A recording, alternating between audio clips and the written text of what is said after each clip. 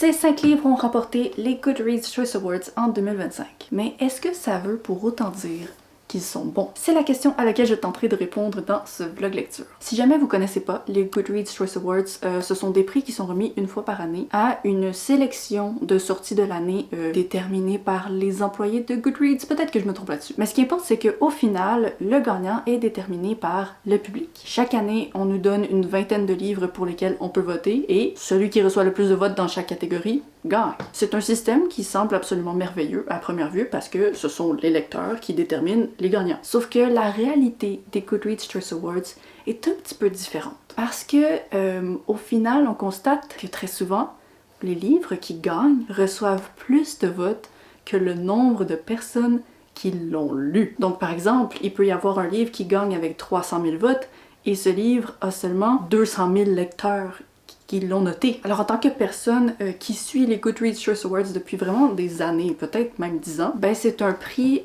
qui a un peu perdu de poids à mes yeux. Quand je vois qu'un livre a remporté, je me dis ah cool, c'est un livre qui a été populaire ou même qui a juste été simplement écrit par un auteur populaire, mais ça influence pas nécessairement beaucoup ma décision de le lire ou pas finalement. Sauf que là dans ce vlog, ben on va voir si je me trompe et si ça devrait influencer ma décision parce que finalement les livres qui gagnent sont géniaux. Laissez-moi vous présenter la pile à lire. Alors au total, il y a comme une bonne quinzaine de catégories chaque année pour les livres qui peuvent gagner, mais aujourd'hui, je vais me concentrer sur les 5 catégories que j'ai le plus envie de lire. Et j'ai aussi lu les gagnants de 3 autres catégories, donc je vais vous donner littéralement mon avis sur ces livres-là. Vous aurez même pas besoin de regarder le vlog au complet pour connaître mes avis sur ceux-là. Mais le premier livre que je vais découvrir, c'est le gagnant de la catégorie fiction, et c'est My Friends de Frédéric Backman. Là, évidemment, les livres qui ont gagné sont des sorties de 2025, donc la majorité n'a pas encore été traduite en français, mais je vous dirais que cette sélection a vraiment des grandes chances de se faire traduire genre bientôt. Surtout celui de Monsieur Backman, parce que lui, si vous connaissez pas, c'est l'auteur de Beartown, Anxious People, La vie selon Uva, tous des livres qui ont été traduits. J'ai quand même bon espoir d'aimer celui-là parce que j'ai pour l'instant apprécié tous les livres de l'auteur que j'ai lus, mais j'avoue que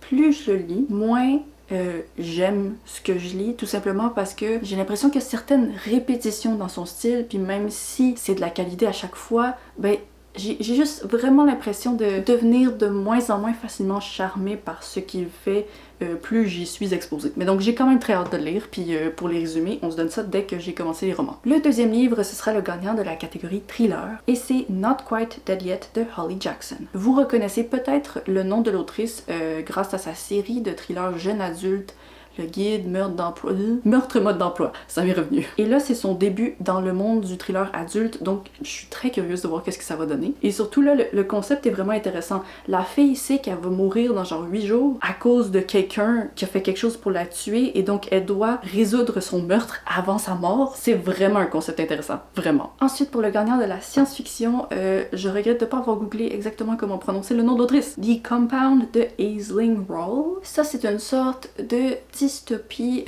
qui suit une télé-réalité où il y a genre des jeunes gens beaux, potentiellement riches, qui sont à un seul endroit. Puis je sais pas exactement ça va être quoi. J'ai fait exprès de pas lire le résumé là, donc j'ai hâte de découvrir ça. Je sais que les avis sont très mitigés. Il y a des gens qui adorent absolument et plein de gens qui détestent et qui abandonnent. Je sais pas. Moi ça m'excite quand personne n'est d'accord. Ensuite, je vais lire le gagnant de la catégorie fiction jeune adulte et c'est Fake Skating de Lynn Painter. Ce sera ma première lecture de cette autrice qui vraiment connaît un grand succès dans la bookosphère francophone. Les gens semblent beaucoup aimer ses romances. Là, c'est classé fiction, mais je pense qu'il n'y avait pas de catégorie romance. En tout cas, c'est une romance, là. C'est, je pense, 2 personnes qui se connaissaient quand ils étaient jeunes, ils sont perdus de vue, puis là, la protagoniste revient en ville et son ami d'enfance est devenu une star du hockey. En tant que personne qui a beaucoup aimé Heated Rivalry, je suis dans le mood pour un petit peu plus de hockey. Moi, je suis ok avec ça. Et pour finir, on va lire la catégorie horreur avec... Ben là, celui-là, en fait, il est traduit en français déjà. Donc, Le manoir des filles perdues de Grady Hendrix, que vous reconnaîtrez peut-être plus sous sa page couverture Witchcraft for Wayward Girls. Ça parle genre d'un domaine où des femmes qui sont pas mariées sont envoyées pour donner naissance à des enfants qui seront ensuite mis à l'adoption. Et ben, je pense que ça va virer en truc de sorcellerie. J'arrive plus à me souvenir si j'ai déjà lu quelque chose de Grady Hendrix. Je pense peut-être que oui, mais au pire, on se le reconfirme plus tard. Et donc ça, ce sont les 5 livres que je vais mettre au test dans cette vidéo. Mais qu'en est-il pour les catégories des gagnants que j'avais déjà lus? Alors, on va voir si le résultat du vlog est similaire au résultat de ces 3 catégories. Premièrement, dans la fiction historique, Atmosphère de Taylor Jenkins Reid a gagné sans grande surprise. Ben, peut-être un petit peu de surprise, parce que moi, personnellement, alerte à l'opinion impopulaire, j'ai moyennement aimé. Mais mes attentes, là, c'était jusqu'à la stratosphère, tellement j'attendais des choses de ce livre. Donc, c'est peut-être juste moi. Moi, je lui ai donné 3 étoiles. C'est pas un mauvais roman, la majorité des gens l'adorent, mais moi, je m'attendais à plus de sa part avec le concept. L'exécution, il était pas là pour moi. Les dialogues étaient un petit peu cheesy, la protagoniste était beaucoup trop parfaite. Sa romance avec l'autre femme, c'était juste elle qui lui disait « T'es beaucoup trop parfaite, puis tu le reconnais pas. » Et juste en tant que fan d'astronaute, j'ai pas été servie. Ensuite, pour la catégorie romance, le livre gagnant, c'était Great Big Beautiful Life de Emily Henry. Encore une fois, sans surprise. Tu sais, quand je disais que les livres qui gagnaient chaque année, c'était pas nécessairement toujours les meilleurs livres, mais les livres d'auteuristes que les gens adorent. Mais là, je pense que c'est un peu ça qui s'est passé. Parce que même si j'ai apprécié le roman, je lui ai donné un 3.5 étoiles. Ben, en fait, c'était spécial parce que j'ai absolument adoré la portion romance du livre, puis absolument été ennuyée par la portion contemporaine du livre. Puis si vous me connaissez pas, moi je suis vraiment plus contemporaine que romance, donc c'est un développement un peu étonnant. Mais auprès de ses fans, j'ai rarement vu des gens avoir un coup de cœur pour ce livre-là, donc je pense vraiment que c'est la popularité qui l'a fait gagner, même si, tu sais, je vais jamais cracher sur le talent de Emily Henry, j'aime beaucoup ce qu'elle fait. Et le dernier gagnant que j'ai lu, c'était celui de la catégorie jeune adulte SFFF, et c'était bien sûr Lever de soleil sur la moisson de Suzanne Collins. Celui-là, je lui ai donné 4 étoiles, je pense définitivement qu'il méritait de gagner, tu sais, je l'ai lu en tant que personne qui avait adoré la trilogie originale mais détesté le premier préquel, et j'ai beaucoup aimé le deuxième préquel, donc c'était de la qualité. On a tous aimé Mitch, ok? Il y avait juste trop de chansons dans ce livre-là. Ça a pas réellement fait baisser ma note, mais il y avait trop de chansons! Donc j'ai fini de dire tout ce que j'avais à dire pour vous introduire à ce vlog. Maintenant, c'est l'heure d'aller lire.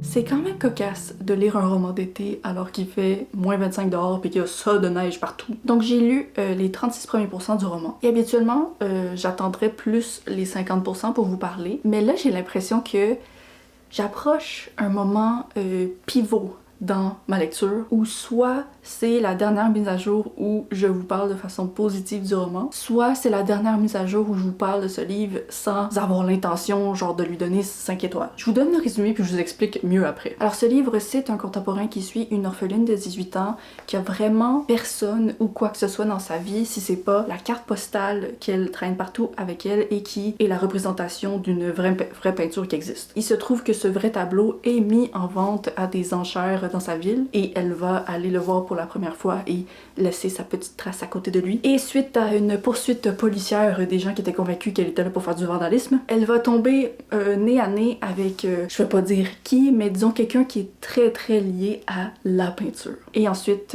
ben, on suit le récit de 2 personnes qui portent des deuils vraiment très très immenses en eux et j'imagine qu'ils vont réussir à se consoler à travers leur étrange duo un peu forcé. Comme je l'ai mentionné dans l'intro, Fredrik Backman, c'est un auteur que j'ai désormais lu plusieurs fois et j'ai à la fois l'impression qu'avec ce roman, il montre qu'il s'est beaucoup amélioré dans certaines facettes, mais j'ai aussi l'impression de retrouver la même chose qui m'avait peut-être empêché d'avoir un coup de cœur dans ses livres précédents. Puis c'est que c'est vraiment un auteur qui a un talent incroyable. Il met beaucoup d'humour puis de cœur dans des dialogues de personnages qu'on connaît juste depuis quelques pages, mais on ressent tout de suite les choses. Et il a cette façon de formuler comme des réflexions à propos de la vie qui sont vraiment imagées, originales puis rafraîchissantes. Mais le problème avec tout ça que j'ai vu dans ses autres livres puis que je commence à voir dans celui-là, c'est que il en met beaucoup trop. En soi, il y a pas un récit comme très très fort. Tu sais, si je vous nomme tous les événements qui se sont passés en 36%, il y en a pas tant que ça. Et ce qui remplit les pages, c'est vraiment juste les réflexions de vie, là. T'en as comme 2 par page, je dirais. Puis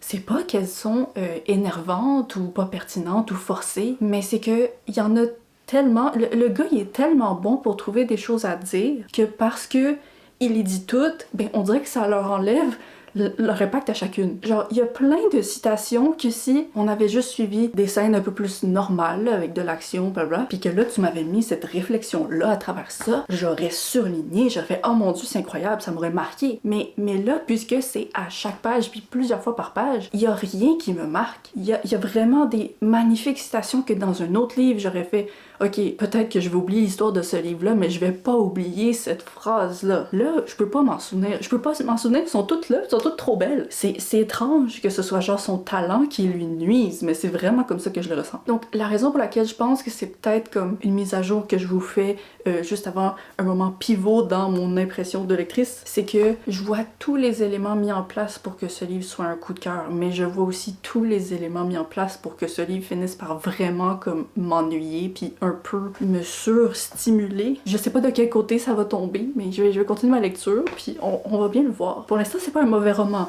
mais j'y vais comme pas confiance que je vais pas être vraiment fatiguée de lire à un moment. Il y a trop de talent qui déborde, c'est comme...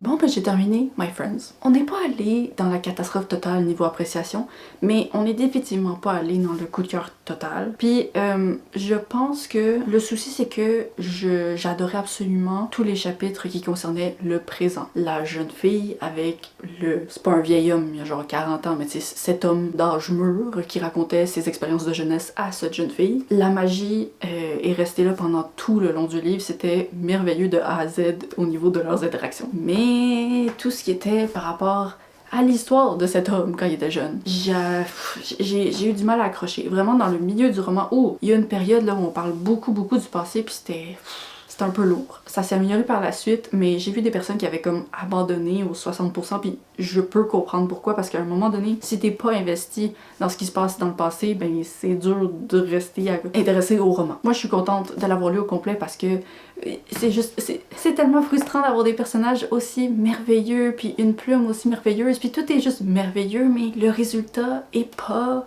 merveilleux. Moi, en général, j'ai souvent apprécié les romans où t'as un personnage qui dévoile là, sa vie. T'sais, si on pense le 13e conte, Les 7 maris d'Evelyn Hugo, j'aime ça quelqu'un qui raconte qu'est-ce qui s'est passé dans le passé. Mais ce que j'ai réalisé pendant ma lecture, c'est que dans ces romans-là, quand on était dans les chapitres du passé, je les lisais pas comme quelqu'un qui raconte quelque chose du passé. Je les lisais comme des actions que je voyais au présent, là, devant mes yeux, ça se passait là. Alors que de la manière que la narration a été faite dans My Friends, j'oubliais jamais à aucun instant que c'était quelqu'un qui racontait quelque chose qui était déjà terminé depuis vraiment longtemps, puis comme, même s'il y avait peut-être un mini peu de suspense de comme, ok, qu'est-ce qui est arrivé aux autres personnes, je trouvais qu'il n'y en avait pas assez. Je me préoccupais pas assez du sort de ces gens-là, alors que je pense que si ça avait été écrit d'une façon où on alterne le présent puis le passé, mais que les deux points de vue, ils ont vraiment un goût là, d'actualité, de présent, ben je pense que j'aurais pu m'attacher à ces personnages-là puis être vraiment investie dans le sort de leur vie. Mais c'est pas ça qui s'est passé. C'est pas ça qui s'est passé. Ce qui s'est passé, c'est que j'ai absolument adoré 5 étoiles, la relation entre les personnages dans le présent, puis j'ai pas vraiment accroché à celle du passé. Et comme j'ai mentionné, la plume, c'est vraiment... Tout est un peu genre... une belle morale, mais ça sonne un peu... Je dis pas que les morales en soi, elles sont forcées, mais c'est que, vu qu'elles sont à chaque page, ils ont pas de poids, c'est le même problème pendant tout le livre. C'est correct parfois de faire des pages qui sont pas genre un masterpiece littéraire, parce que c'est comme ça que tu fais ressentir les moments qui sont des masterpieces littéraires. Bref, je donne 3,75 étoiles à ce livre. Je pense que c'est la meilleure note. Ça fait quelques jours que je l'ai terminé, je réfléchis là... Je pense que c'est un 3,75. Je serais quand même à l'aise de le recommander. Je pense que la majorité des gens l'ont apprécié, plus que moi-même. Puis je pense que si vous accrochez aux trucs qui se passent dans le passé, ben vous allez absolument plus l'apprécier que moi. Mais j'avoue que là, Monsieur Frédéric Backman, c'est une lecture de plus que j'ai fait de lui et une lecture de plus que j'aime moins que la précédente que j'avais lue. Donc ça s'enligne un peu sur un territoire dangereux, ça. C'est pas carrément dangereux parce que j'ai tout aimé pour l'instant, mais est-ce que je dirais que ce livre-là méritait de gagner les Goodreads Choice Awards au niveau du contemporain? J'ai pas lu aucun des autres candidats, donc je peux pas vraiment dire s'il était meilleur ou pas que les autres. Mais moi, à mes yeux, je suis certaine que parmi les 19 autres nominés, il devait y en avoir des meilleurs. Je pense qu'on est un petit peu sur un cas où la notoriété de l'auteur l'a fait gagner, mais en même temps, les gens l'ont vraiment apprécié. Donc j'irais pas jusqu'à dire que c'était pas mérité, mais je pense que ça a été influencé quand même un peu par l'auteur. Alors, première lecture de ce vlog, c'est pas un flop, mais c'est pas une victoire. Est-ce qu'on va s'enligner vers une victoire avec la prochaine lecture? C'est ce qu'on va voir. Salut les amis, j'ai lu les premiers 40% de Fake Skating, donc je peux officiellement vous expliquer de quoi ça parle parce que oui, c'est une romance avec du hockey, mais on s'entend qu'il y a une histoire autour de ça. Alors comme mentionné, ça parle de deux meilleurs amis d'enfance qui se voyaient comme une fois par année parce que sa mère habitait dans ce village-là avant qu'elle rencontre le père, puis là il habite en Allemagne maintenant. Et ben le père puis la mère se séparent, donc la protagoniste revient dans le village. Sauf que elle n'est pas aussi heureuse qu'elle l'aurait été normalement face à l'idée de retrouver son meilleur ami parce qu'en fait, depuis quelques années, ils ne sont plus des meilleurs amis. On sait pas exactement pourquoi ils ont arrêté de se parler, mais puisqu'on a la perspective des deux personnages dans le roman, on voit un peu que, tu sais, des deux côtés, ils blâment l'autre. Les deux, je pense que s'il y avait eu la communication, ils seraient restés amis. Et sûrement qu'ils seraient devenus très vite amoureux. Donc, oui, on a peut-être un cas là, de miscommunication trope qui est absolument la trope que les gens aiment le moins sur Terre, moi y compris. Mais pour l'instant, c'est pas fait de manière énervante. Il y a vraiment une possibilité que les explications soient satisfaisantes puis que ce soit vraiment un malentendu qui était très compréhensible des deux côtés, genre pourquoi ils ont interprété la situation d'une certaine façon. Donc, c'est sûr que c'est pas mon setup préféré sur Terre, mais pour l'instant, je dirais que j'apprécie. Avec le titre, je me disais, bon, ben ça va être un livre de fake dating, mais avec le début du roman, je voyais pas où est-ce que ça allait être placé. Là, finalement, je vous fais cette mise à jour parce que ça vient tout juste de commencer, donc je voulais un peu immortaliser là, mes sentiments avant qu'on se lance vraiment dans la fausse relation. Mais pour l'instant, on dirait que je suis capable de voir les bons côtés de l'autrice qui font qu'elle est vraiment un nom de la romance que je vois souvent parmi les préférés des gens. Les personnages sont bien construits, je trouve qu'il y a un ton qui est très représentatif du jeune adulte, mais sans que ce soit vraiment énervant ou insupportable, tu sais. C'est jeune, mais j'appellerais pas ça juvénile. Et ben je suis très intéressée à découvrir la suite, donc c'est ça que je veux faire. Ce serait vraiment cocasse de terminer ce vlog en donnant la meilleure note à une romance, mais je suis totalement ouverte à ce scénario, même si je pense pas nécessairement que c'est ça qui va se passer. Je pense qu'il y a des chances définitivement que j'aime plus que My Friends, mais je sens pas nécessairement le coup de cœur en moi. Mais c'est possible que mes avis dans ce vlog soient pas nécessairement ceux qu'ils auraient été dans des circonstances de ma vie personnelle différentes parce que, en toute transparence, je vais le dire de façon directe, mon chat est en train de mourir. Je pense que je suis en train de vivre les derniers jours de la vie de mon amoureuse, ma meilleure amie et mon âme sœur. Et donc c'est très difficile pour moi en ce moment, puis je suis pas nécessairement dans le mood pour la lecture, quoique ce livre-ci, je dirais, je l'écoute en livre audio, puis à chaque fois, on dirait que ça me sort un peu là, de ma tête, puis ça me fait du bien de me plonger dans une romance comme ça, là, qui s'éloigne vraiment de ce que je traverse en ce moment. Mais c'est sûr que je sais même pas si je suis capable de vous dire ça à voix haute sans me mettre à pleurer, puis je veux vraiment, je suis vraiment déterminée pour ne jamais pleurer sur YouTube, là, c'est pas quelque chose que je veux faire. Mais disons que c'est, je pense, la dernière vidéo sur ma chaîne où Luna va apparaître. Donc je m'excuse d'avance, c'est possible que je mette vraiment beaucoup de clips d'elle. Donc voilà, je sais pas, je sais même pas si elle va être encore en vie par le temps que vous regardez ça parce que moi je filme en janvier en ce moment. Je sais même pas si elle va être en vie en février, point. Je voulais juste vous partager que c'est ça. Il y a peut-être quelque chose qui peut avoir une influence sur la vie que j'ai sur les livres en question. Mais si jamais je perçois que ça a de l'influence, ben je vais le dire là, pour vous aider à déterminer si oui ou non vous, si vous lisez à un moment de votre vie où il n'y a pas votre chat qui est en train de mourir, ben peut-être que vous allez l'apprécier plus que moi. Bref, voilà, je continue. On va espérer que la romance se fasse du bien à mon petit cœur et voilà, on se reparle.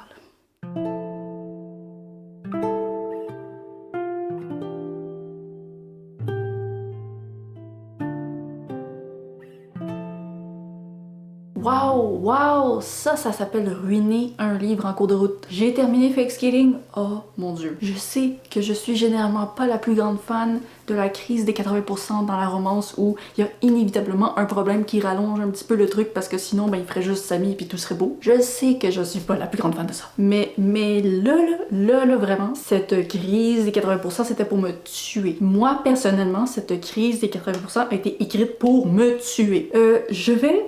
Je vais en parler. Il y a des choses que je peux dire sans que ce soit des spoilers, il y a des choses que je ne peux pas dire sans vous spoiler. Mais bien sûr, avant de dire quoi que ce soit qui révèle trop, je vais vous avertir, vous pourrez skipper si vous voulez pas savoir. Mais il y a vraiment des choses à propos desquelles je dois vider mon âme actuellement. Et oui, peut-être que je me défoule un petit peu parce que mon chat est encore activement en train de mourir, c'est vraiment horrible de l'avoir dans cet état. Mais je vous garantis que même si mon chat avait toute la santé du monde dans son corps, ce livre m'aurait fait péter un câble quand même. Alors je vais commencer par les choses que je peux dire sans que ce soit des spoilers. Donc comme mentionné, on est sur le cas d'une amitié qui a été brisée de façon involontaire des deux côtés. Les deux côtés pensent que l'autre est fautif. J'avais hâte de savoir pourquoi ils pensaient que l'autre avait fait de quoi, bla. Mais c'était long pour savoir pourquoi. Parce que chaque fois que les personnages avaient l'occasion de se parler, de découvrir hey, qu'est-ce qui s'est réellement passé dans le passé, pourquoi t'as arrêté de me parler? Genre là on s'entend bien, on fait semblant de sortir ensemble, mais tu sais, cette affaire-là dans le passé, là, à chaque fois qu'il y avait une belle occasion pour en parler, non. Oh, je sais que je devrais lui poser la question, mais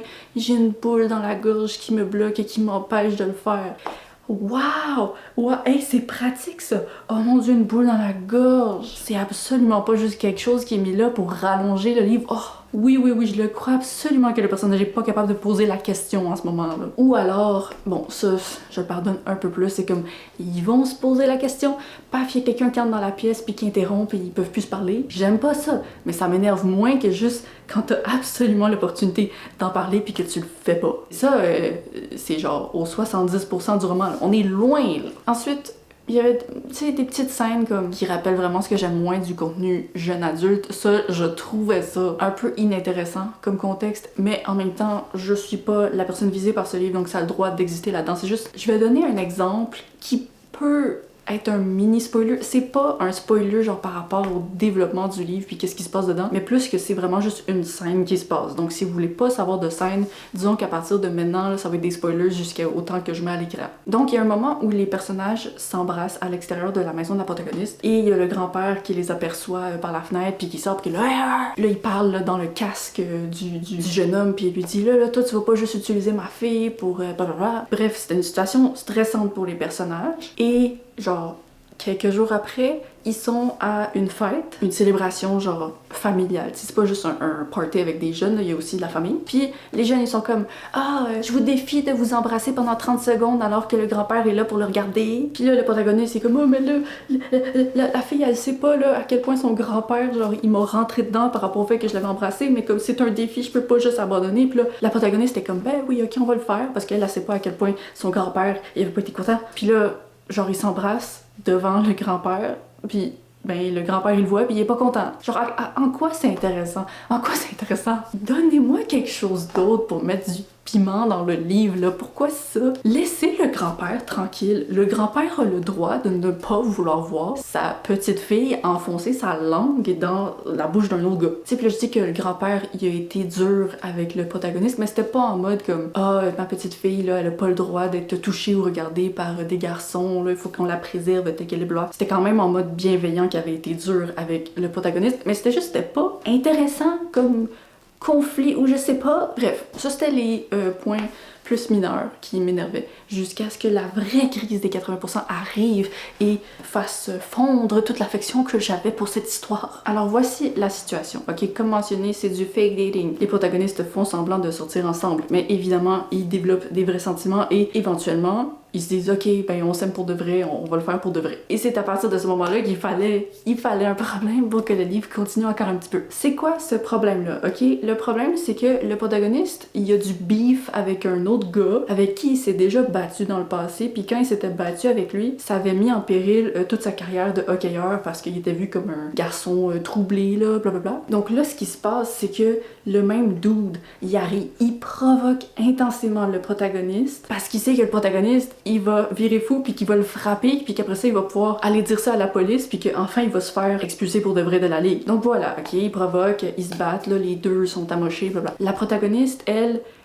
a une bonne relation avec ce gars-là. Donc, de son propre côté, elle se dit, OK, non, moi, je vais aller parler là, en privé avec le gars provocateur, puis je vais le supplier, s'il te plaît, ne va pas parler à la police, ne ruine pas la carrière là, du protagoniste. Donc, elle va chez lui de bon matin. Genre, s'il te plaît, parle pas à la police. Puis le gars, il répond, OK, à une condition, il faut que tu rompes avec lui parce que ce gars-là, il a tout dans la vie, puis toi, t'es la seule chose qu'il a pas le droit d'avoir. Donc, si tu rompes avec lui, ben je vais pas parler à la police. La protagoniste, parce qu'elle a 2 neurones dans la tête, est comme oh, je veux pas, mais OK. Donc, qu'est-ce qu'elle fait? Elle s'en va voir son copain, puis elle dit ben ça fait 2 jours qu'on sort ensemble, mais on peut pas être ensemble, là, je t'aime pas, là, bye. Puis au début, le protagoniste, parce que lui, il a plus que 2 neurones dans sa tête, il est comme, je sais que tu me dis pas la vérité, tu serais pas en train de pleurer autant si tu m'aimais pas pour de vrai, puis que c'était réellement ton souhait de rompre avec moi. Genre, clairement, c'est pas ton souhait, tu pleurerais pas autant. Mais la protagoniste, malgré toutes les opportunités de dire la vérité, ne dit pas la vérité. Donc, ils rompent. Ah, waouh! Comme c'est ingénieux, merveilleux. Non, vous savez-vous quoi? Qu'est-ce qui aurait été le fun? Qu'est-ce qui aurait été cool? La protagoniste aurait très bien pu répondre au gars, oui, ok, je vais rompre avec lui. Et après ça, aller dire à son amoureux, hey, le gars, il a dit qu'il allait pas te poursuivre en justice si je rompais avec toi, fait qu'on va faire l'inverse de notre fake dating, qu'avant, on faisait semblant de sortir ensemble, mais là, maintenant, on va faire semblant de ne pas sortir ensemble pour protéger ta carrière, puis comme ça, ben, il va pas poursuivre en justice. Puis là, ça aurait pu, tu sais, rallonger le récit comme l'autrice voulait le faire, et ça aurait ajouté la tension de OK, ils vont-tu se faire prendre? Est-ce qu'ils sont capables de faire semblant de plus s'aimer alors qu'avant ils faisaient semblant de s'aimer? C'est comme un peu une dynamique intéressante. Parce que là, c'est pas intéressant de voir quelqu'un qui aime quelqu'un d'autre rompre avec lui juste pour le protéger de quelque chose sans y en avoir parlé. Il n'y a pas d'accord, il n'y a rien. Je sais que ce sont des adolescents. Les adolescents dans la vie, ça réfléchit pas nécessairement beaucoup. Mais c'est une adulte qui a écrit ce livre-là. Et il y a moyen de faire agir ces adolescents comme des adolescents d'une façon qui est plus intéressante à lire en tant que lecteur. Oui, j'ai 27 ans. Je vous promets qu'à 16 ans, j'aurais été aussi énervée. C'est pas intéressant. C'est pas intéressant de regarder quelqu'un qui rompt. Fais juste y parler, fais juste y dire yo, le dude, il va dropper toutes les charges contre toi si on fait juste semblant qu'on s'aime pas. Ben ok, let's go, facile, c'est facile. Bref, le résumé pour les personnes qui n'ont pas regardé la section spoilée, c'est qu'il y a vraiment des tournures dans les événements qui étaient juste des chemins pas intéressants, alors que tu aurais pu introduire d'autres dramas puis obstacles dans le couple qui auraient été beaucoup plus satisfaisants et pertinents pour le livre. Malgré mon énervement extrême entre les 70 à 90%, en fait tout le livre, tout le reste du livre, malgré ça, moi, j'ai adoré les personnages. J'ai beaucoup aimé le grand-père. Le grand-père, c'est un king. J'ai aimé l'ami de la protagoniste. J'ai aimé les protagonistes. Je trouvais qu'il y avait une bonne chimie entre les deux. C'était une romance qui était vraiment bien exécutée jusqu'à ce que l'autrice soit comme « Oups, on arrive à la portion où il faut qu'il y ait des problèmes puis je sais pas quoi faire. » Ben peut-être qu'elle savait quoi faire, c'était exactement ça qu'elle voulait faire, c'est juste moi qui aime pas ça, là. Et voilà, c'était une romance qui me faisait du bien pendant la première moitié. Donc, je vais quand même lui donner genre 3 étoiles. J'étais tellement énervée pendant la crise des 80% que j'étais comme non, 2 étoiles. Je m'en fous de tout ce qui était bon dans ce livre-là. Je suis tellement énervée en ce moment, 2 étoiles. Mais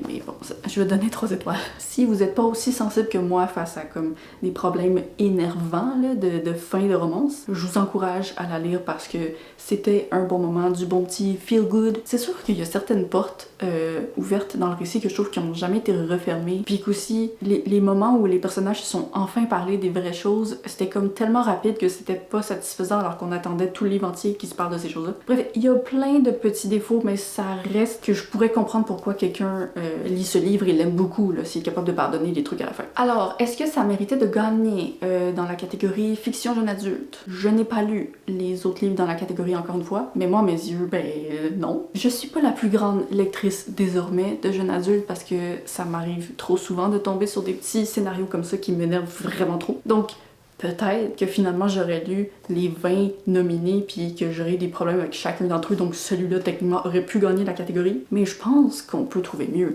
Il y a des romans jeunes adultes, des romances jeunes adultes et des contemporains jeunes adultes auxquels j'ai donné 5 étoiles. Genre c'est pas parce qu'un livre est jeune adulte qu'il doit être énervant. Sur ce, on va passer à la prochaine lecture qui j'espère sera une meilleure victoire, mais considérant que c'est sûrement le livre le plus mitigé de la sélection, je sais pas.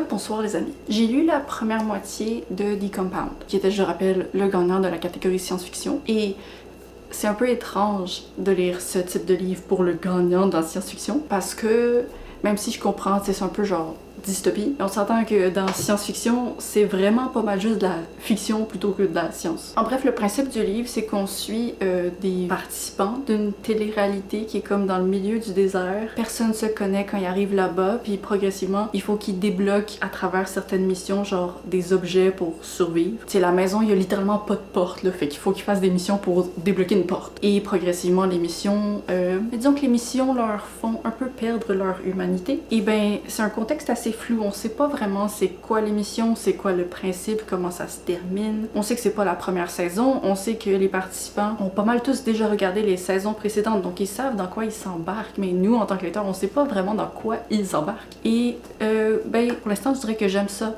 Je suis quand même étonnée d'à quel point la moyenne est basse sur Goodreads, donc je pense qu'il va peut-être avoir des affaires dans la deuxième moitié qui sont... je sais pas. Je sais pas à quoi m'attendre nécessairement, mais je m'attends clairement à quelque chose qui va pas faire l'unanimité. Mais peut-être en même temps que la moyenne, c'est juste parce que je pense qu'il y a beaucoup de gens qui pourraient lire ce livre-là puis trouver ça extrêmement ennuyant. Moi, perso, je m'ennuie pas du tout. Je suis toujours contente de le continuer, mais c'est vrai que il se passe pas énormément de choses. Mais en même temps, je trouve que c'est peut-être parce que moi, j'aime beaucoup les télé-réalités. C'est quelque chose que je consomme assez régulièrement. Et j'aime aussi juste l'énergie de comme faire des choses pour débloquer des choses. Je trouve ça satisfaisant de voir qu'est-ce qu'ils débloquent puis qu'est-ce qu'ils ont à faire à chaque fois. C'est des demandes vraiment bizarres. J'aime juste l'atmosphère un peu étrange. Tous des personnages superficiels, mais quand même avec des facettes différentes. Bref, j'aime bien. J'aime bien. Ça se peut que je le termine puis je sois comme ouais, c'était une bonne lecture qui méritait de gagner, mais est-ce que je vais être d'accord à la fin que ça méritait de gagner la science-fiction? Ça, j'ai hâte de voir là. J'ai hâte de voir si ça va être poussé dans une direction plus science-fiction que présentement, parce que là, ça se lit vraiment comme du contemporain. Alors, je continue aussi à prendre soin de mon petit chat qui est encore en vie. Je ne sais pas comment. Je ne sais pas comment elle trouve l'énergie de bouger encore, mais bon. Et ouais, ok, on se tient au courant. Bisous! Pas bisous, je vous connais pas, je veux pas me faire... Non, non, non.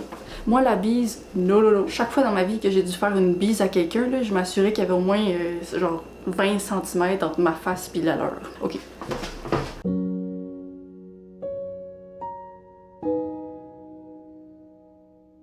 Moi, j'ai aimé ça, ok? Je sais pas tout à fait si mes sentiments envers le livre ont changé dans la deuxième moitié. J'ai pas l'impression tant que ça. Puis je pense que finalement, ben, les gens qui ont pas aimé ça, à mon avis, devaient pas vraiment aimer ça dès le départ. Mais en même temps, c'est vrai que c'est une télé-réalité de compétition, donc les participants...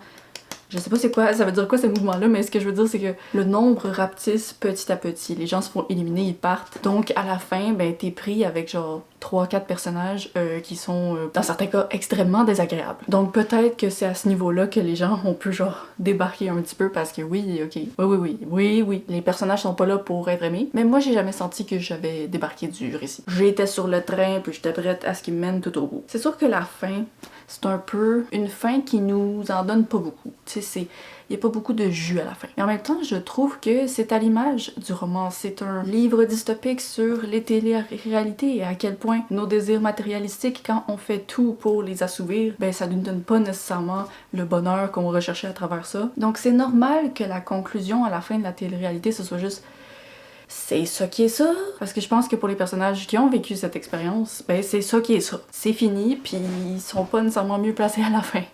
C'est ça par contre que, tu sais, avec un contexte comme ça, je pense qu'on aurait pu pousser le message encore plus fort, encore plus loin. Mais en tant que lectrice, j'ai pas eu d'insatisfaction au niveau de mon plaisir, au niveau de mon engagement dans l'histoire. Donc pour moi, je dirais que c'est un 4 étoiles, mais peut-être même un 4.25. En fait, je lui donnerais 4 étoiles, mais puisque j'ai donné 3.75 à My Friends, j'ai l'impression qu'en comparaison, c'est vraiment plus un 4.25 qu'un 4, vu que l'autre c'est 3.75. Ou peut-être que je devrais baisser la note de My Friends. Je sais pas exactement. Mais voilà, moi c'est une lecture que je recommande. Mais en même temps, ça se pourrait très bien que vous la lisiez puis que vous soyez comme « Mamaki, pourquoi tu me recommandais ça? Genre, j'ai pas aimé ça. » Si vous n'aimez pas les télé-réalités, puis si vous aimez vraiment les télé-réalités, mais que vous attendez un roman style La Sélection, on n'est pas dans ces eaux-là de ton de récit, là. C'est un livre qui est un peu sale. Une atmosphère très crue où les personnages sont pas présentés sous leur beau jour, là, que ce soit leur mentalité, mais aussi physiquement, et ils traversent des choses difficiles. Donc pour répondre à la question de ce vlog, est-ce que ce livre méritait de gagner? Ben, honnêtement, je suis pas choquée. Je suis pas choquée. C'est, à mes yeux, pas le meilleur gagnant pour représenter la catégorie science-fiction. En même temps, je comprends qu'on pouvait pas nécessairement le mettre ailleurs. Quoique, contemporain, moi, je trouve que la science était pas assez poussée là, pour que ça puisse pas juste entrer dans le contemporain. Mais c'est l'aspect dystopique là, qui le met dans science-fiction, donc ok, c'était le premier roman de l'autrice, donc c'est pas sa notoriété qui l'a poussé au sommet. Le livre a pas une très bonne moyenne sur Goodreads, donc je suis certaine qu'il y a plein de gens qui l'ont lu puis qui ont pas voté pour lui, mais pour moi, ben ça traduit que les personnes qui l'ont lu puis qui l'ont aimé, c'est vraiment une lecture qui les a marqués, donc ils ont voté, puis oui, celui-là, je suis pas gênée d'y donner mon pouce, même si, c'est ça, je vous avertis là, ça se pourrait très bien que vous l'aimiez pas. Donc maintenant on passe à Not Quite Dead Yet, qui est un titre que j'avais pas prévu s'appliquerait aussi bien à la situation chez moi en ce moment. Mon petit chat est encore en vie, il est pas encore mort. Mais disons que ça approche là. Ce matin, on a pris un rendez-vous pour une euthanasie à domicile parce que même s'il y avait l'espoir de pouvoir l'accompagner dans une mort naturelle à la maison, toute douce, toute tranquille, ben là, physiquement, c'est plus possible de lui donner cette paix-là. Elle est trop mal en point, donc voilà. Je réalise que je l'ai jamais vraiment précisé à voix haute dans le vlog, mais en fait, ce qui s'est passé avec Luna, c'est qu'elle a été diagnostiquée avec un cancer de la bouche et ça a été très rapide. Elle a arrêté de manger et la tumeur dans sa bouche a commencé à vraiment évoluer d'une manière que je vous ai pas du tout montré dans le vlog. C'était vraiment affreux à regarder, mais tous les clips que je vous montre, on voit pas la véritable horreur là, qui se passait dans sa bouche. Donc voilà. Je suis désolée si la vidéo, ça fait comme un clash entre des moments où je rigole de mes lectures, puis à côté, je parle de, tu sais, un des êtres les plus chers de ma vie qui meurt. Je sais que ça fait un peu un clash et tout, mais je savais pas comment faire la vidéo autrement. Ça me fait du bien de lire en ce moment, donc tu sais, je vais continuer à lire. Je sais pas exactement pour filmer qu'est-ce qui va se passer à ce niveau-là, mais je veux pas que vous sentiez dans ce vlog genre que je me force à faire du contenu ou à lire ou à venir vous parler ou quoi que ce soit, parce que moi ça me fait du bien juste de me retirer de cette situation-là pendant juste quelques minutes par jour, parce que le dernier mois de ma vie a vraiment été dédié 100% à prendre soin de Luna, puis 100% dédié à juste la voir souffrir devant moi, ce qui est pas quelque chose de facile à faire. Donc tu sais, au début quand je vous en ai parlé, je vous disais que ça allait peut-être affecter mon état d'esprit, mon avis sur les livres, blablabla, mais pour l'instant ce que je perçois c'est que j'ai juste besoin de ce petit bout-là avec moi-même, puis ça me redonne un semblant de normalité, ce qui me donne un semblant de force pour ensuite me lever puis aller affronter la scène qu'il y a dans l'autre pièce en ce moment. Donc voilà, ok. On se revoit prochainement puis on envoie des gros bisous à Luna.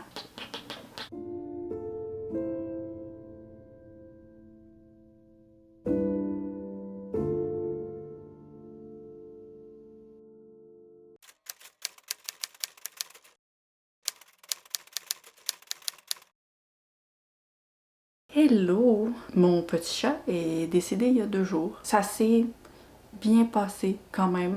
Ça s'est fait dans le calme. J'avais très peur qu'elle s'enfuit puis qu'on doive genre essayer de l'attraper et puis la stresser juste avant sa mort. Genre je voulais vraiment éviter ça, mais ça a été fait dans le calme. On l'a apportée sur notre canapé puis elle s'est couchée devant le vétérinaire puis elle était prête à partir. J'ai réussi à lui dire au revoir sans pleurer. J'étais assise face à son petit visage, puis je lui disais ça va bien aller bientôt, ça va bien aller, t'auras plus mal, c'est presque fini. Moi je voulais vraiment pas pleurer. Je me suis pas donné le droit de pleurer dans la dernière semaine de sa vie parce que je me disais elle souffre tellement, j'ai pas le droit de pleurer. Donc c'est ça, j'ai réussi à lui dire au revoir d'une belle façon. Après ça quand elle est partie là, les valves puis disons tu sais, je suis capable d'en parler, je suis capable de vous parler en ce moment.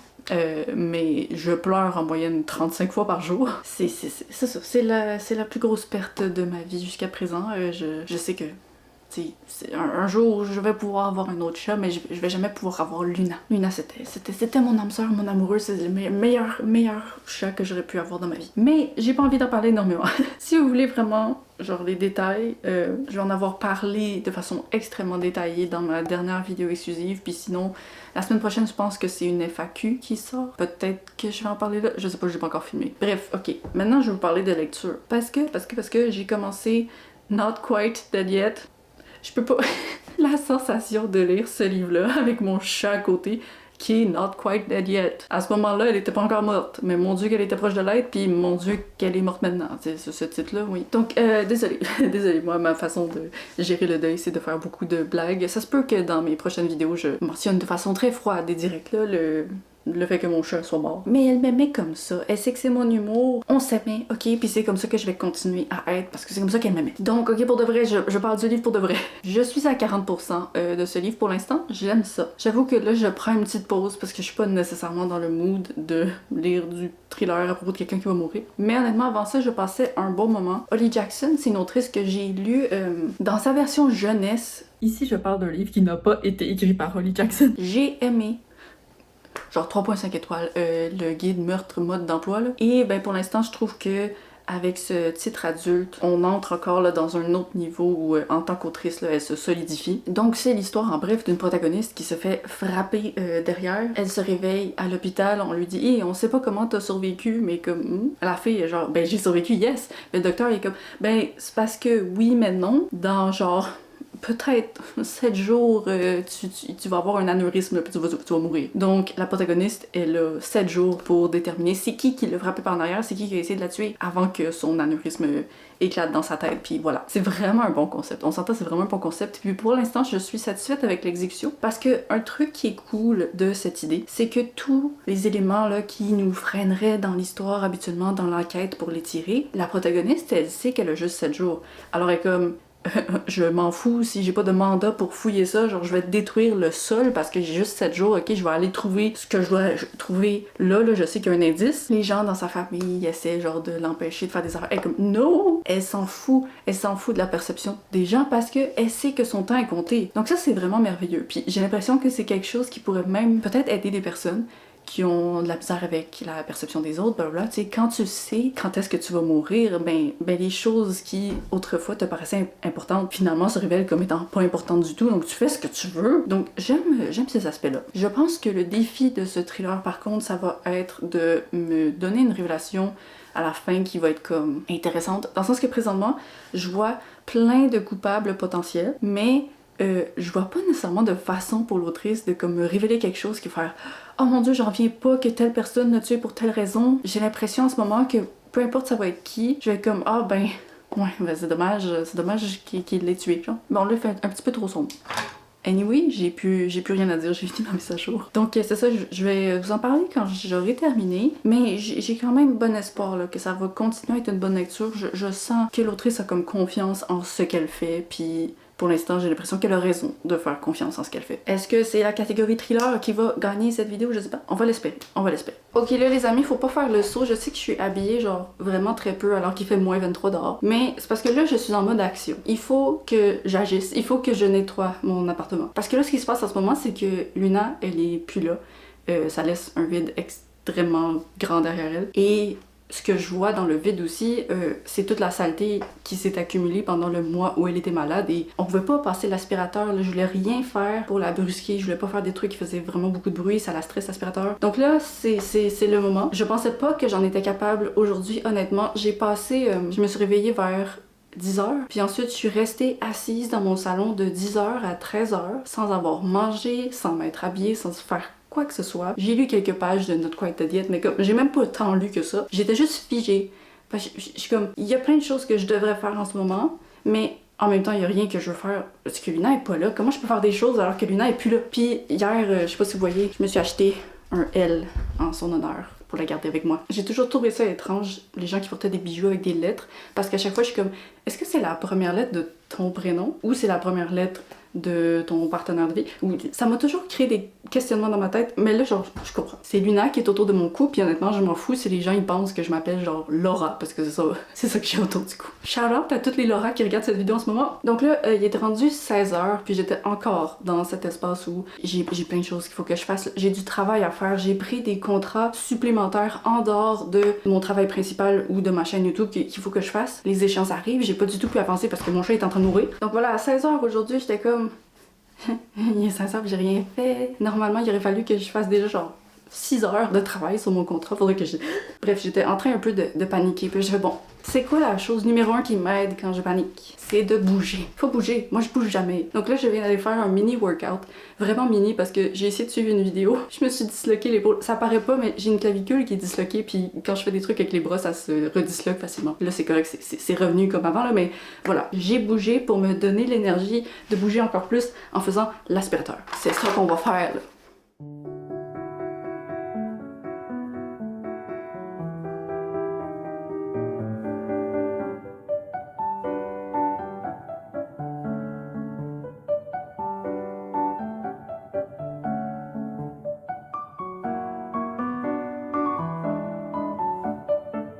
Si j'étais une personne parfaite, j'enlèverais tous les livres pour vraiment dépoussiérer, mais aujourd'hui je ne suis pas une personne parfaite. Alors, ce sera ça.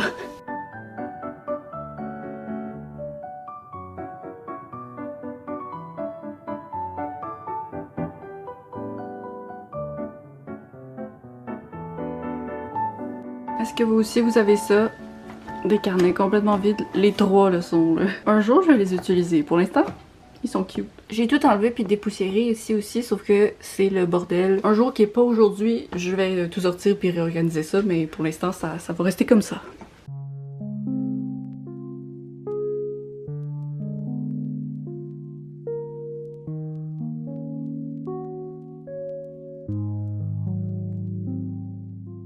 Bon, finalement, j'ai pas terminé mon ménage parce que j'ai été interrompue par un appel. Mais au moins, il y a la moitié de mon bureau qui est propre. On va pas parler de l'autre moitié. Ce dont on va parler à la place, c'est de Not Quite Dead Yet que j'ai terminé ce matin. Les amis, je pense qu'on a notre premier gagnant de la vidéo. Ça là, moi je suis d'accord. Je suis d'accord que ça méritait de gagner la catégorie thriller. C'était bon, puis honnêtement, oui, j'ai pas lu les 19 autres nominés. Mais considérant à quel point c'est difficile de trouver des thrillers de qualité de nos jours, moi ça m'étonnerait pas que si je me forçais à lire les 19 autres, je sois comme, ouais, Not Quite Dead Yet, c'était le gagnant. Holly Jackson, oui. J'espère vraiment qu'elle va continuer à écrire dans l'adulte parce que vraiment, la différence entre l'enquête dans Meurtre mode d'emploi, qui était agréable, mais qui était comme assez prévisible. Là, ça c'était solide. Ici, c'était solide. Tu sais, je vous avais dit, le défi d'un thriller comme ça, c'est de donner une fin face à laquelle t'es pas juste comme « Ah, ok, il y a telle personne qui a fait ça pour telle raison. Ok. » C'est souvent dans cet état d'esprit que je conclue un thriller, mais là, je peux pas dire que j'étais comme « Wow, oh mon dieu, quoi? » Mais c'était satisfaisant. C'était une fin satisfaisante. J'avais peur aussi, tu sais, on s'entend qu'on suit un personnage qui va mourir et on lui donne comme 7 jours à vivre, mais elle pourrait absolument mourir, genre à n'importe quel moment avant la fin des 7 jours. Donc j'espérais vraiment que la fin, ce soit bien fait, pas juste dans le mode « Ok, il lui reste genre 3 minutes à son, j'allais dire 24 heures, mais c'est comme 24 x 7, je sais pas qu'est-ce que ça donne en ce moment dans ma tête. Tu sais, j'avais peur que la mort soit vraiment genre à la minute près puis que ça me sorte du réalisme du scénario, mais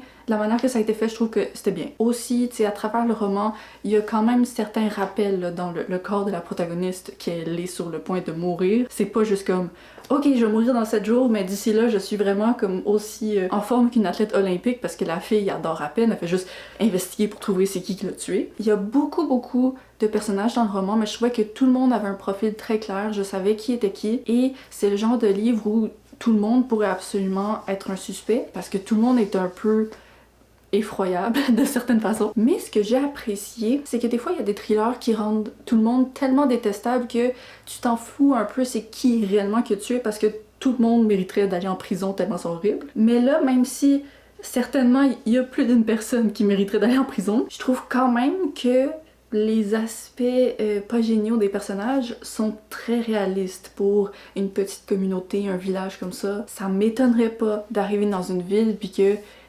juste des familles comme ça que elles sont entremêlées à travers des scandales, à travers des années, puis il y a des jeux de pouvoir, puis blablabla. Ça me paraissait pas juste comme quelque chose que l'autrice faisait pour comme s'assurer que personne ne devinerait c'est qui le coupable parce que tout le monde est horrible. Je trouve vraiment juste que c'est un thriller bien construit. Ça a été intéressant du début jusqu'à la fin, le rythme, surtout plus le livre approche de sa fin, plus tu sais que c'est aussi la fin de la protagoniste puis qu'il faut absolument qu'elle résoudre le meurtre. Puis c'est sûr que ça apporte un stress là qui est très agréable. Pour ce qui est de ma note, ça par contre, je sais pas. Parce que j'ai l'impression que ce que je devrais faire, là, objectivement, c'est lui donner 4.5 étoiles. Pour moi, c'est une note qu'il mérite. Je me sentirais à l'aise de lui donner.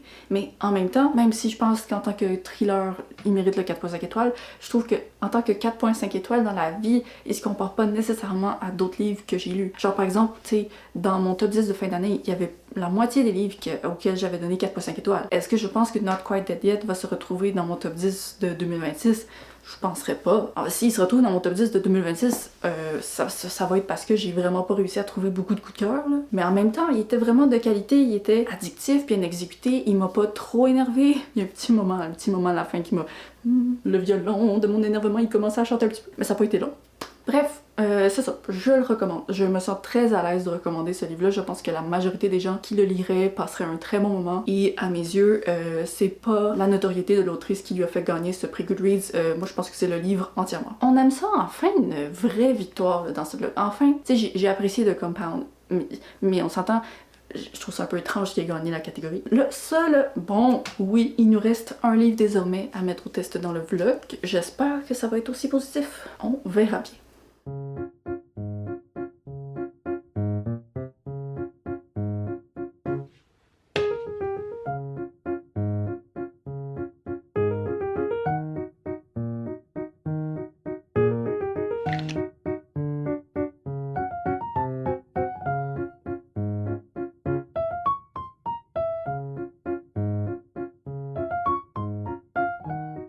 Ouais, je suis pas certaine qu'on va terminer le vlog sur une victoire. J'ai lu la première moitié du Manoir des filles perdues de Grady Hendrix. Je le lis en anglais, mais je vais vous afficher la version française à l'écran. Puis ça, je dirais que c'est le genre de livre qu'avec son titre, tu peux un peu savoir de quoi ça va parler. Puis en même temps, peut-être que vous êtes assis là puis que vous êtes comme j'ai aucune idée de quoi ça parle. Mais ce que je veux dire, c'est que bon, ok, c'est un livre qui parle de filles qui se retrouvent enceintes pour des raisons différentes. Parfois c'est volontairement, souvent c'est involontaire. Et ça se déroule à une époque où c'est absolument pas accepté pour une femme, une fille, d'être enceinte avant le mariage. Donc leur famille les envoie dans ce manoir-là où elles vont donner naissance, leur bébé va être shippé ailleurs, puis les filles peuvent revenir dans l'anonymat à leur vie précédente, comme si rien s'était passé. Et l'élément de witchcraft, parce qu'en anglais le titre c'est Witchcraft for Wayward Girls, ben c'est que pendant qu'elles sont à ce manoir, elles vont se faire en quelque sorte offrir une façon de peut-être se sortir de leur situation avec la magie. Mais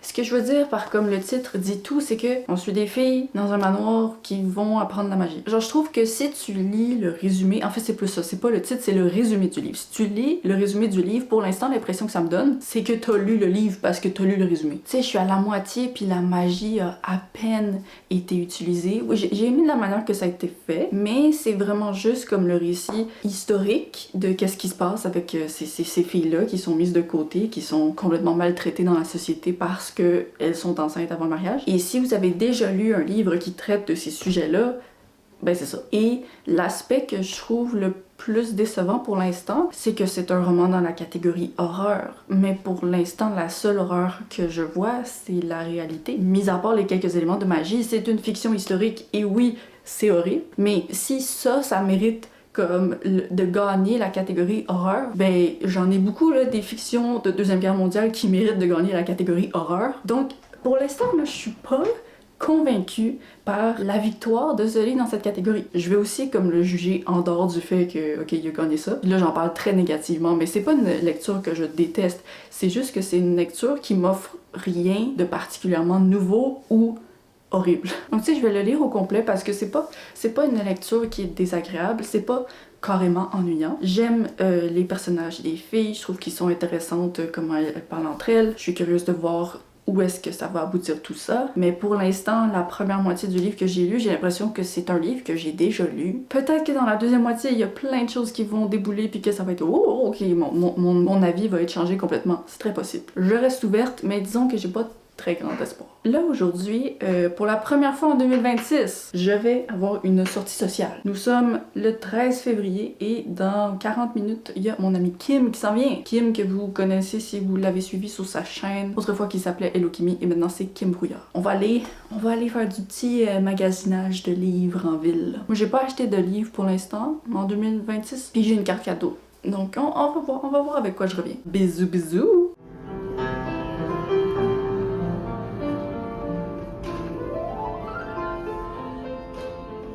on fait pas ça souvent sur ma chaîne, mais pourquoi pas faire un petit book haul? Ça, ce sont les choses que j'ai achetées / reçues avec Kim. Parce que elle m'a offert Half His Age de Janet McCurdy pour mon anniversaire. Évidemment, mon anniversaire c'était il y a 1 mois, mais après ça, mon chat est devenu mourant donc j'ai vu personne.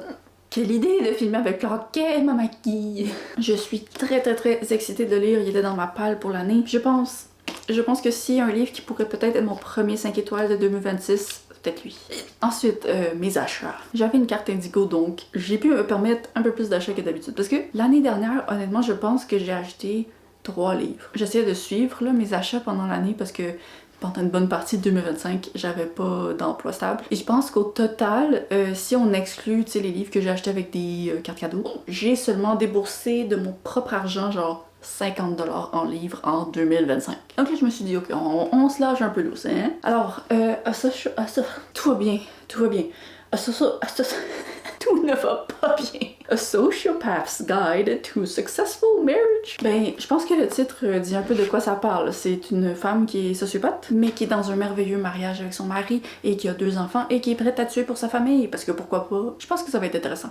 La moyenne, honnêtement, est pas si pire. Pour un thriller, c'est genre 4, un peu plus que 4. Je suis intriguée. Ensuite, j'ai acheté Dungeon Crawler Carl dans sa version française parce qu'elle était moins chère que la version anglaise, pouvez-vous croire? J'ai jamais vu ça de toute ma vie. Mais bon, je l'ai acheté parce que je suis pas mal certaine que je vais le lire dans mon vlog où je teste les favoris de Booktube. Peu importe, genre, si vous votez pour lui ou non. Parce qu'on s'entend que tout le monde l'a lu puis l'a adoré l'année dernière. Puis là-bas dans la librairie, j'ai lu genre les premières pages puis j'étais comme, ouais. L'icône du premier chapitre, c'est littéralement un chat.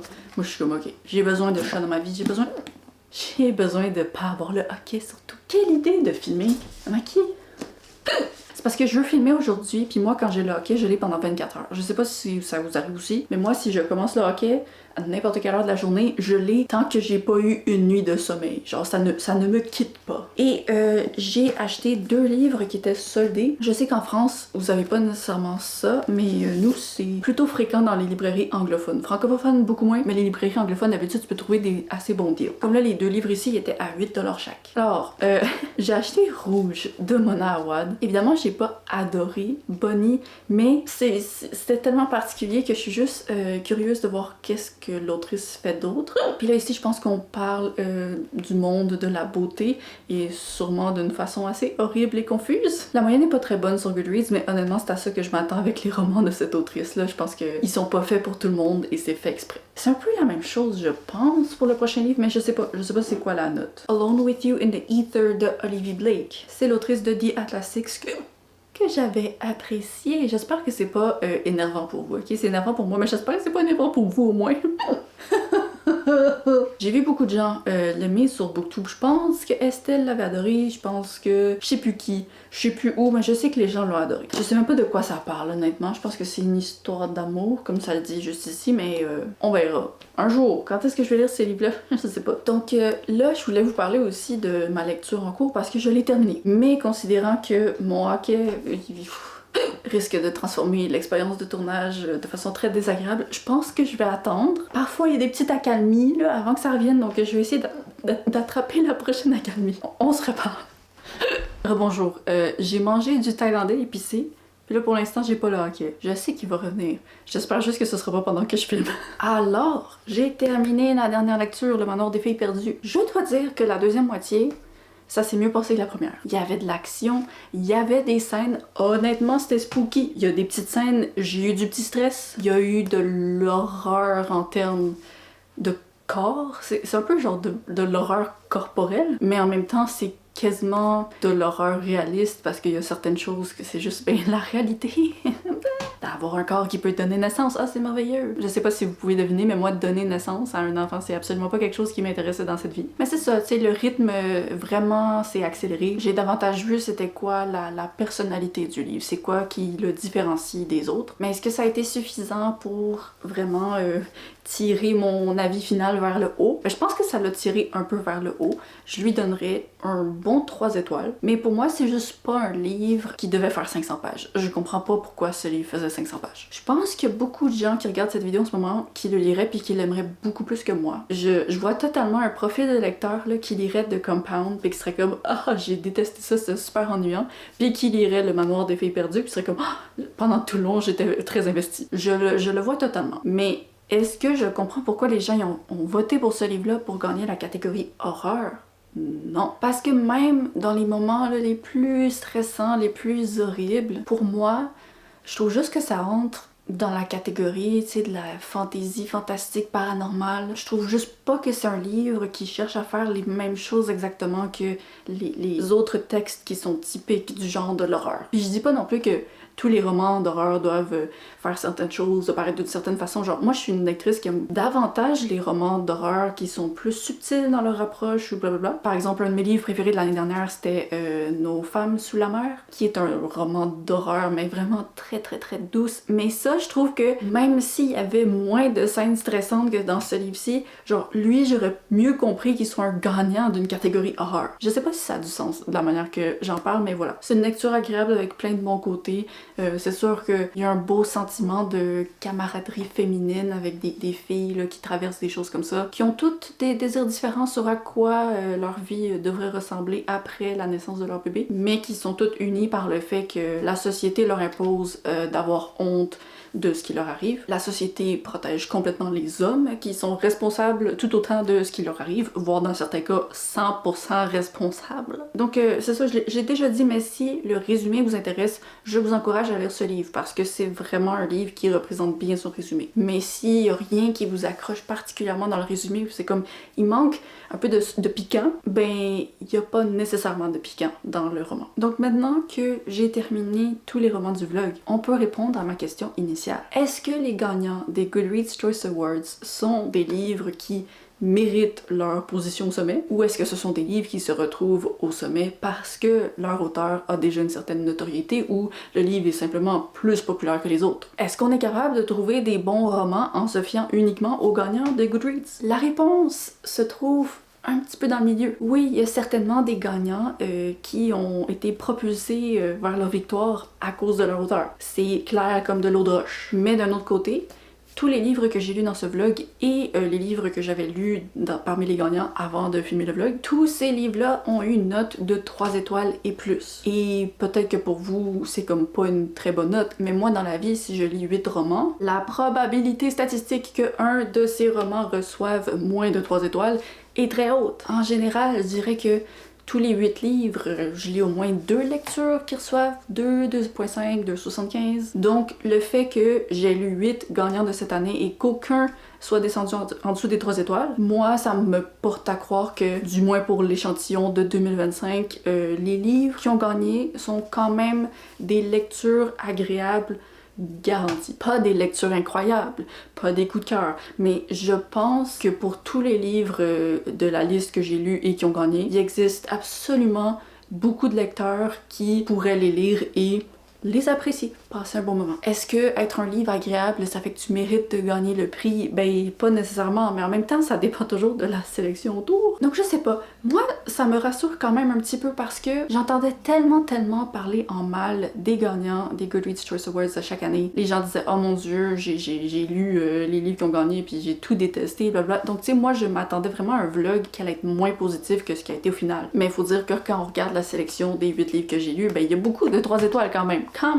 Et donc, moi, ce que j'aimerais savoir, c'est si vous avez déjà lu des livres qui ont gagné les Goodreads Choice Awards, qu'est-ce que vous entendez prof? Qu'est-ce que vous en avez pensé? Est-ce que c'est un prix que vous suivez ou vous saviez même pas que ça existait avant que je fasse ma vidéo? Moi, perso, je pense que vu le résultat de ce vlog, ce serait très pertinent que je le refasse l'année prochaine avec les gagnants de 2026, parce que ça se peut que j'ai juste été chanceuse ou malchanceuse, dépendamment de votre vision de la chose, avec la sélection de cette année, puis que l'année prochaine, je me sois vraiment plus détestée ou vraiment plus adorée. N'hésitez pas à me dire si c'est un vlog que vous aimeriez revoir l'année prochaine. Et n'hésitez pas à vous abonner si ce n'est pas encore déjà fait. La semaine prochaine, je vais poster ma FAQ annuelle pour célébrer les 5 ans de la chaîne. Ça fait 5 ans que je fais ça, moi. Donc, on se revoit vendredi prochain à 10h30 pour le Québec et 16h30 pour la France. Bye bye! Mon hockey est revenu! J'ai fermé la caméra puis mon hockey est revenu.